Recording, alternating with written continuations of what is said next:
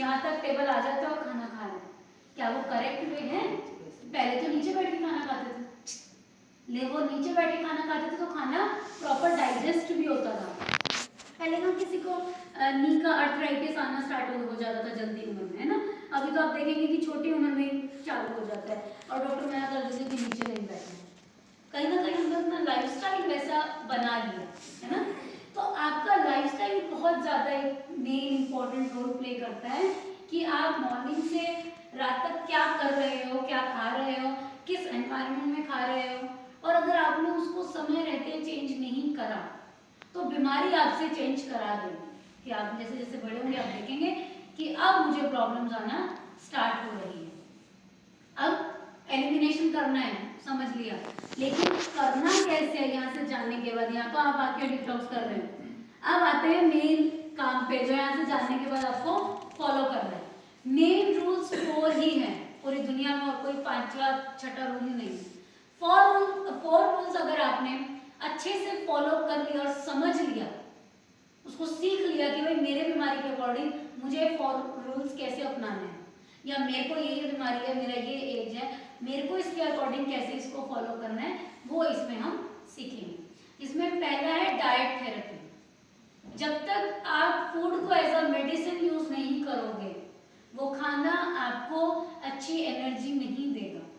अब आप अपना मॉर्निंग रूटीन ही फ्राइड फूड के साथ करोगे तो क्या वो आपको अच्छी एनर्जी देगा, है ना। यहाँ पे आप लोग क्या ब्रेकफास्ट करते हो, आप मुझे ऑप्शन बताओगे, आप क्या ब्रेकफास्ट करते हो?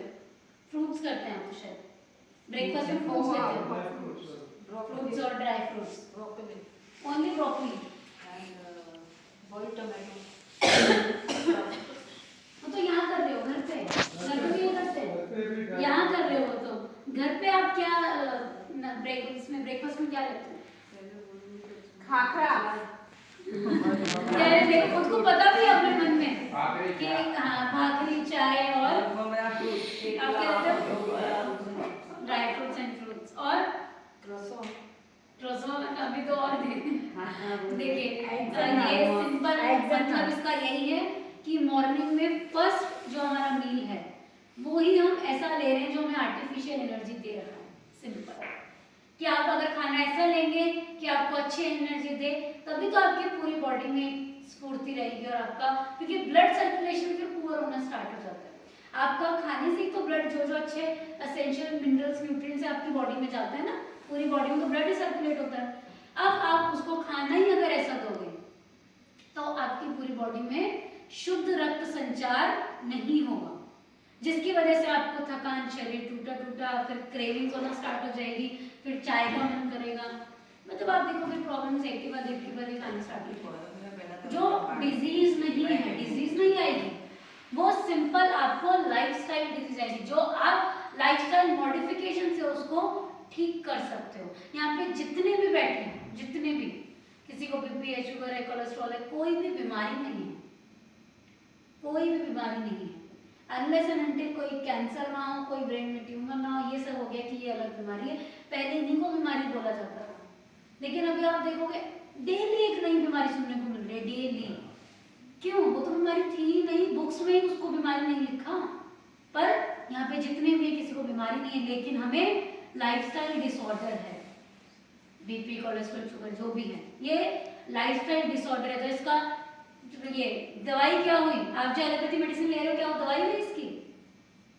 वो तो दवाई नहीं हुआ, लाइफस्टाइल मॉडिफिकेशन ही आपका इसका दवाई हुआ। तो वो आपको समझना है कि हमारी कंडीशन के अकॉर्डिंग हमें क्या करना है। तो हमारा टॉपिक था फर्स्ट डाइट थेरेपी, फूड को एज अ मेडिसिन यूज करना है ताकि वो आपको पॉजिटिव एनर्जी दे, अच्छी एनर्जी दे, आपकी पूरे बॉडी में शुद्ध रक्त संचार हो, है ना, ऑक्सीजनेटेड ब्लड सर्कुलेशन होना जरूरी है, तभी आपकी जो बीमारियां हैं वो धीरे धीरे कम होना स्टार्ट होगी। बिकॉज जैसे जैसे एज बढ़ती है सबसे पहला कारण आता है कि पैरों में दर्द, या आप देखेंगे वेरिकोज वेन फीमेल्स में आना, मेल्स में भी आता है, सब में आना स्टार्ट हो जाता है। तो क्यों आ रहा है? वो तो बीमारी है ना। और माना जाता है कि ठीक है जैसे जैसे उम्र बढ़ती है दर्द आएगा, लेकिन ऐसा तो नहीं कि सबको आता है। आपकी जनरेशन तो फिर भी बहुत अच्छे से निकल गई, अभी जो जनरेशन आ रही है वो तो पहले से ही दर्द बताना चालू कर देते हैं। तो वो खाना कैसा खा रहे हैं वो मैटर करता है ना। तो हम डाइट रेसिपी के थोड़े पॉइंट्स देख लेते हैं। फर्स्ट आपको अपने रूटीन में इंक्लूड करना है 3 सर्विंग्स ऑफ ये fruits and 2 servings of vegetables, और वाइस वर्सा कि 3 सर्विंग्स ऑफ वेजिटेबल्स और 2 सर्विंग्स ऑफ फ्रूट्स, यानी कि 2 टाइम आपको फ्रूट्स लेना है, 3 टाइम आपको वेजिटेबल लेना है। अब जो वेजिटेबल है वो आप सैलेड की फॉर्म में ले सकते हो या आप सब्जी कुक्ड भी ले सकते हो। लेकिन बेसिक रूल अगर हमने ये फॉलो एक रूल करके आएंगे, लेकिन ये कुछ रूल्स आपको फॉलो करने ही हैं।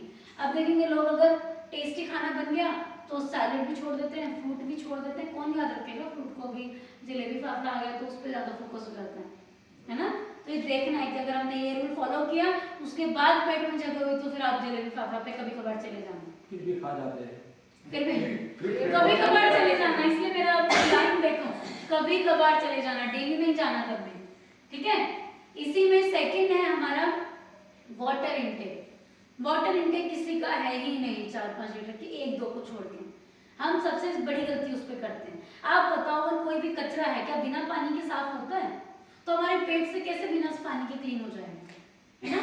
तो वाटर इनटेक आपको प्रॉपर रखना है, एटलीस्ट 3 to 4 लीटर्स आपको पीना ही है। अगर किसी को किडनी का प्रॉब्लम है तो उनकी कंडीशन के अकॉर्डिंग होगा, उनके लिए ये 3-4 लीटर नहीं है, उसके अलावा सबको लेना है, ठीक है।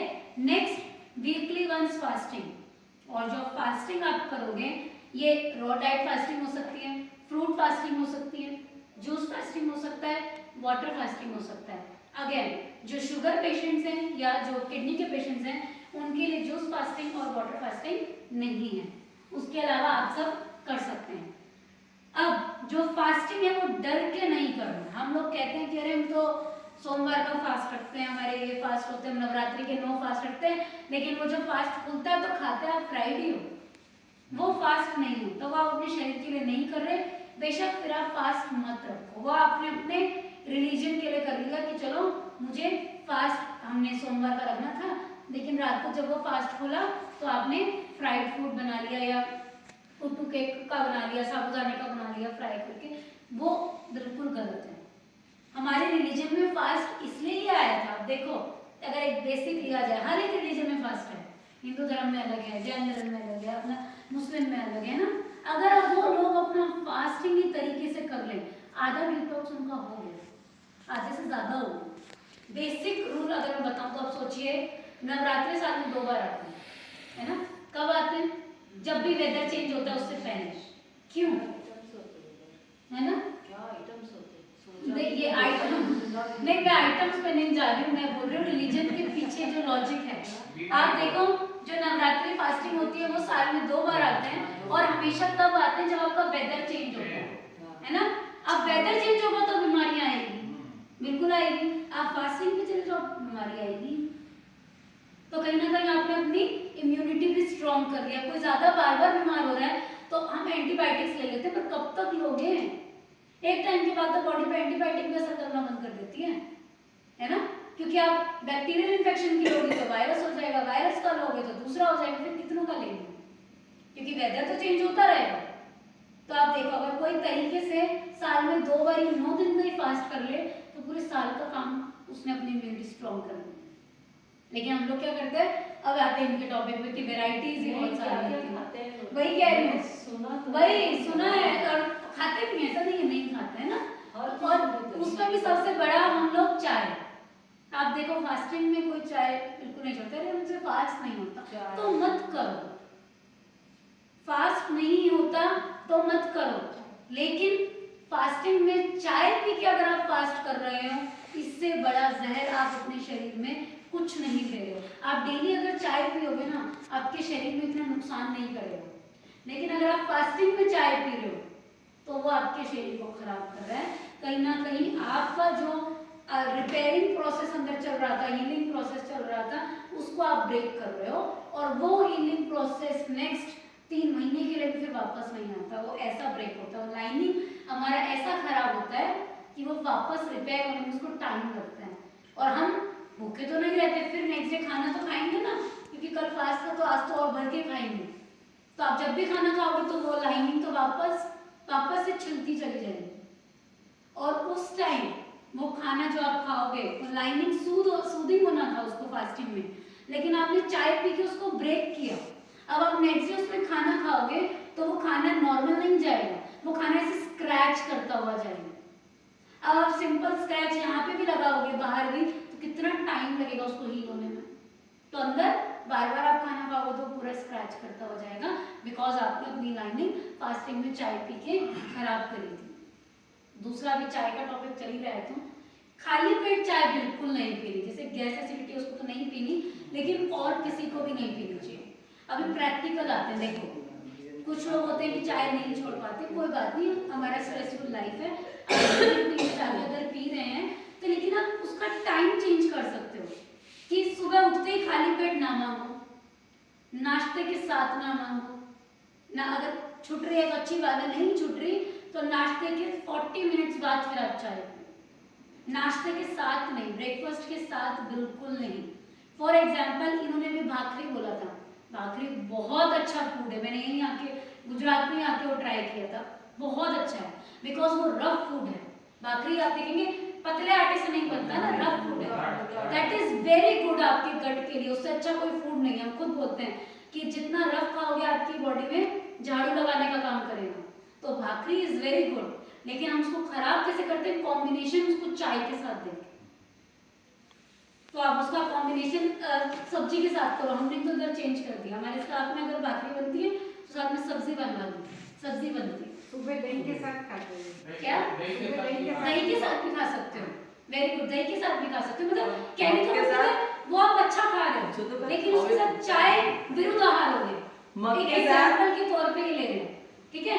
मग के साथ, किसके साथ, मूंग के साथ, मूंग के साथ खा सकते हैं, कोई इशू नहीं, मतलब चाय के साथ और पहला तड़का का पानी किसी पी के भी सकते साथ हैं। खा सकते हैं, ठीक है। गुजराती थेपला कैसे छोड़े?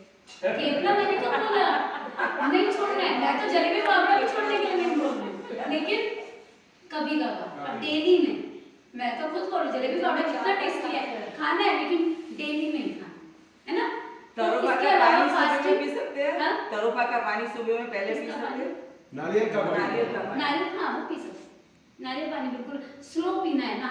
इस पे मैं बताती हूँ, नारियल पानी लोग बोलते हैं कि हमें पीते ही ब्लोटिंग होती है, नारियल पानी में ऐसा कोई तत्व ही नहीं है कि अगर आपको गैस करे या ब्लोटिंग करे, तो इसका मतलब गलती नारियल पानी में नहीं थी, हमारे अंदर थी, हमारी गट में थी, क्योंकि इतना स्ट्रॉन्ग नहीं था कि वो नारियल पानी भी हमारी बॉडी में पचा सके। नारियल पानी पीना चाहिए, बिल्कुल पी सकते हैं, लेकिन आपको नारियल पानी हमेशा स्लो पीना है, तेज जैसे नॉर्मल पानी पीते हैं ऐसे नहीं पीना चाहिए। खाली पेट पी सकते हैं सुबह में, बिल्कुल खाली पेट तो नॉर्मल पानी पीना है, उसके बाद खाली पेट तो उठने के बाद नॉर्मल पानी ही पीना है, उसके बाद आप नारियल पानी पी सकते हैं, ठीक है, लेकिन अगेन स्लो।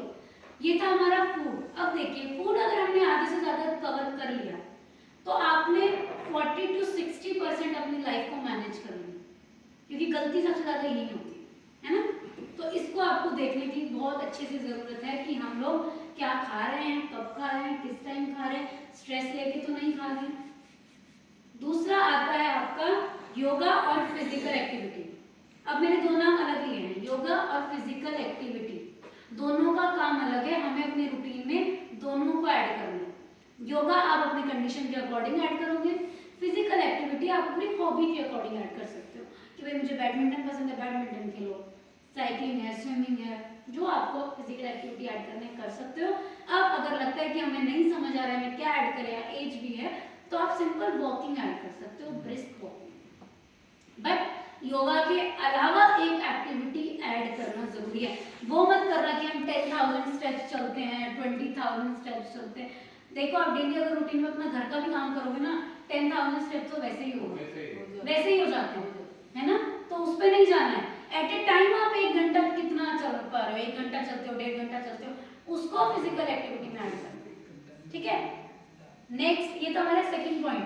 थर्ड है आपका प्राणायाम और ब्रीदिंग एक्सरसाइज। अगेन अपने कंडीशन के अकॉर्डिंग हम इसको करेंगे, क्योंकि कोरोना में आप देख रहे थे कितना हम लोगों को प्रॉब्लम हुआ सबको, है ना। अब आप अभी से अपना अगर सिस्टम को एकदम हेल्दी रखेंगे तो प्रॉब्लम नहीं है, क्योंकि पॉल्यूशन तो है, आप कितना भी दूर चले जाओ, अभी ये सिटी से दूर है, यहाँ इतना ग्रीनरी है, इसलिए हम लोग ये नहीं बोल सकते कि यहाँ पॉल्यूशन नहीं है, पॉल्यूशन तो तब भी है ना। तो आप घर पे कोशिश करो कि अगर आप छत पे कर रहे हो और आसपास कुछ पेड़ नहीं, ऐसा सिटी वाले वाले एरिया में कर रहे हो तो आपको फिर रूम के अंदर करो। पोल्यूशन लेने से अच्छा है कि बंद कमरे में कर लो। कुछ इंडोर प्लांट्स आते हैं जो ऑक्सीजन देते हैं, है ना, वो लगाना स्टार्ट करो और उसमें आपको प्राणायाम करना। जितना देखो प्राणायाम का एक ही रूल है, जितना डीप कर सकते हो उतना अच्छा है। बेशक नंबर ऑफ काउंट्स कम कर दो, हम नहीं बोल रहे आपको 10-20 टाइम्स ही करना है, लेकिन deep inhale then hold then deep exhale, ये आपको कोशिश करनी है। और अगर लगता है कि नहीं प्राणायाम हमें ऐसे ही समझ आ रहा है जैसे हम अभी करते आए हैं, तो आप प्राणायाम को वैसे ही करो। फिर आपको ब्रीदिंग एक्सरसाइज अपने रूटीन में ऐड करना है एक अलग, जिसमें आपको 3-3-3 का रूल बनाना है। 3 सेकंड्स इनहेल करोगे, 3 सेकंड्स उसको होल्ड करोगे, 3 सेकंड्स उसको एक्सहेल करोगे। अगर आप इजीली 3-3-3 का रूल फॉलो कर पाते हैं, then you have to go for 4-4-4, then 5-5-5। इसको ऐसे करके आप एक्सटेंड करोगे और अपने लंग्स की कैपेसिटी को इंक्रीज करोगे। ठीक है, नेक्स्ट है दैट इज लास्ट मेडिटेशन। अब हम दूसरे का देख के फिजिकली भी ध्यान देते हैं, दूसरे का देख के खाने पे भी ध्यान दे देते हैं, इसको भूल जाते हैं क्योंकि दूसरे का दिखता नहीं है ना, सबका अंदर है। अभी कोई कैसा है का क्या पता लगे, और इसमें से आप कुछ डिलीट भी नहीं कर सकते हो, सिर्फ फोन में से डिलीट करा काम खत्म। इधर से क्या डिलीट करोगे? सबसे बड़ा काम ये करता है, खाना कर लिया, फिजिकल एक्टिविटी भी कर लिया, प्राणायाम भी कर लिया, लेकिन अगर इसको मेंटेन नहीं करा तो ये जितना अच्छा है उससे ज्यादा खराब है। तो मेडिटेशन आपको जरूर इंक्लूड करना है, जरूर आप करके देखो, आपको पता लगेगा कि फिजिकल एक्टिविटी भी इतना वो नहीं कर रही, खाना भी, सबका अलग अलग रोल है, लेकिन सब फॉलो करते करते आपने मेडिटेशन छोड़ दिया, अपने मेंटल लेवल को छोड़ दिया, इमोशनल लेवल को छोड़ दिया, तो आप फिर कितना भी कर रहे हो, आप जो चाहते हो आप वो अचीव नहीं कर पाओगे, है ना। सबसे पहले तो पॉजिटिव रहना जरूरी है, तभी तो अपने आसपास का एनवायरनमेंट पॉजिटिव क्रिएट कर पाओगे, राइट। तो आपको मेडिटेशन 2 टाइप्स के होते हैं, एक जो आप योगा सेंटर जाके करते हो या आपका योगा टीचर आपको कराता है, एक जो आपको खुद से करना है। अब आप रात को सोने से पहले कर सकते हो या सुबह उठने के बाद भी कर सकते हो, सिंपल है, ओम चैंटिंग आपको फॉलो करना है। अब आप 3 टाइम 4 टाइम 5 टाइम 10 टाइम जितनी बार आप कर सकते हो उतने टाइम करना है। अगर अब लगता है कि नहीं हम अपने स्पेसिफिक इस भगवान को मानते हैं, अलग अलग रहता है, तो आप जिस भगवान को मानते हो आप उसका भी चैंटिंग कर सकते हो, उसका उच्चारण कर सकते हो। लेकिन इसमें शर्त यही है कि जब भी आप मेडिटेशन करोगे आपको एक तो बिल्कुल साइलेंस में करना है, हस्बैंड वाइफ फोन सब छोड़ के। ये नहीं है कि अभी वाइफ तो चाय बना रही है वो अकेली पी लिया मेरे को नहीं दिया, ऐसा नहीं करना है। कि जब कर रहे हो तो शांति से अपने लिए करो। अगर आपने तरीके से 21 डेज मेडिटेशन फॉलो करा, नेक्स्ट डे आप खुद देखोगे कि क्या चेंजेस आपकी बॉडी में आ रहे हैं। बिकॉज आप जब यहाँ आते हो तो हम सिर्फ फिजिकली फोकस नहीं करते, आप कितना ही बोलो weight loss weight loss weight loss, weight loss सुनते ही नहीं, क्योंकि हमें पता है वो होगा। वेट लॉस बाय प्रोडक्ट है बिकॉज नेचुरोपैथी, जो कि होगा है, लेकिन उससे मेन जो काम है डिटॉक्स, रेजुविनेशन, ब्लड सर्कुलेशन को इम्प्रूव करना, आपके फिजिकल मेंटल इमोशनल लेवल को बैलेंस करना, जब वो सारे काम करते चले जाओगे तो ऑटोमेटिकली वेट भी लॉस होगा। और हमारा काम अगेन मैं फिर से बोल रही हूँ, वेट लॉस हमारा बाय प्रोडक्ट है, हम उस पर फोकस नहीं कर रहे हैं। हम फोकस करते हैं कि आपके हार्ट से लोड कम हो, आपके पेनक्रियास से लोड कम हो, आपके लीवर से लोड कम हो, तो ऑटोमेटिकली आप जो चाहते हैं आपको वो रिजल्ट मिलेगा। अब मैंने 4 चीजें बोली थी, 4 रूल्स बोले थे, क्या क्या थे बताएंगे थोड़ा। फर्स्ट क्या था? Food diet therapy. Second physical activity और योगा, देखो अब योगा कर लो, योगा को मत भूलो। थर्ड मेडिटेशन, प्राणायाम और breathing exercise. Fourth is meditation. ठीक है, ये आपको आप अपने टाइम के अकॉर्डिंग इसको सेट करो कि भैया मुझे मेडिटेशन का टाइम कब सेट करना है, प्राणायाम का कब करना है। आप ये रीजन नहीं दे सकते कि टाइम नहीं, बिकॉज एक बार किसी को बीमारी आ गई तो टाइम अपने आप निकलता है, एलोपैथी हॉस्पिटल जाने निकलता है ना। बिल्कुल तो ये नहीं निकलता करना है कि टाइम नहीं निकलता है, टाइम बिल्कुल देना है, निकालना है। बेशक 5 मिनट देख निकालो कि भाई मैं तो मेडिटेशन सिर्फ 2 मिनट की कर दूँ, 2 मिनट करो और प्रैक्टिकल आंसर ले लो कि मैं 2 मिनट से कर सकता हूँ। तो वो 2 मिनट्स आप 21 डेज तक रखो, देखो आप नेक्स्ट टाइम उसको इंक्रीज खुद ही करोगे उससे पहले, क्योंकि जब रिजल्ट मिलता है ना तो इंसान सब करता है। ठीक है, अभी किसी को कोई डाउट है तो पूछ सकते हैं। और अगर किसी को डाउट नहीं है तो मैं समझती हूँ कि सबको सब समझ आया है और सब गेट से बाहर जाते ही सब ऐसा बोलेंगे नहीं ऐसा ऐसे स्वाइप मत कर देना कि हमने वीडियो देखा और कर दिया मैनेज हो पा रहा है इसलिए हम बोलते हैं 6 महीने बाद वापस आते क्योंकि ज्यादा मेंटेन नहीं पाते और ये हेल्दी डे कम हो जाता है नहीं इसलिए पता है क्या करना है आपको देखो इसका एक सिंपल सा रूल बनाओ कि भाई मुझे इतने ही दिन रख रहे हैं अगर मैं फॉर एग्जांपल चीट डे वाले दिन भी मैं बोल रही हूँ कि अगर आपका चीट डे मन है किसी दिन किसी का ये देखो महीने में एक ही दिन होता है चीट डे हफ्ते में एक दिन नहीं होता तो उसमें भी आप रूल बनाओ कि मेरे को 40% ही चीट करना है 60% अगर मैंने पूरे दिन हेल्दी खाया तो ही मैं चीट मील ले सकता हूँ एक चीट मील 40% करो 40% प्लस पोर्शन कंट्रोल पे ध्यान जरूर देना है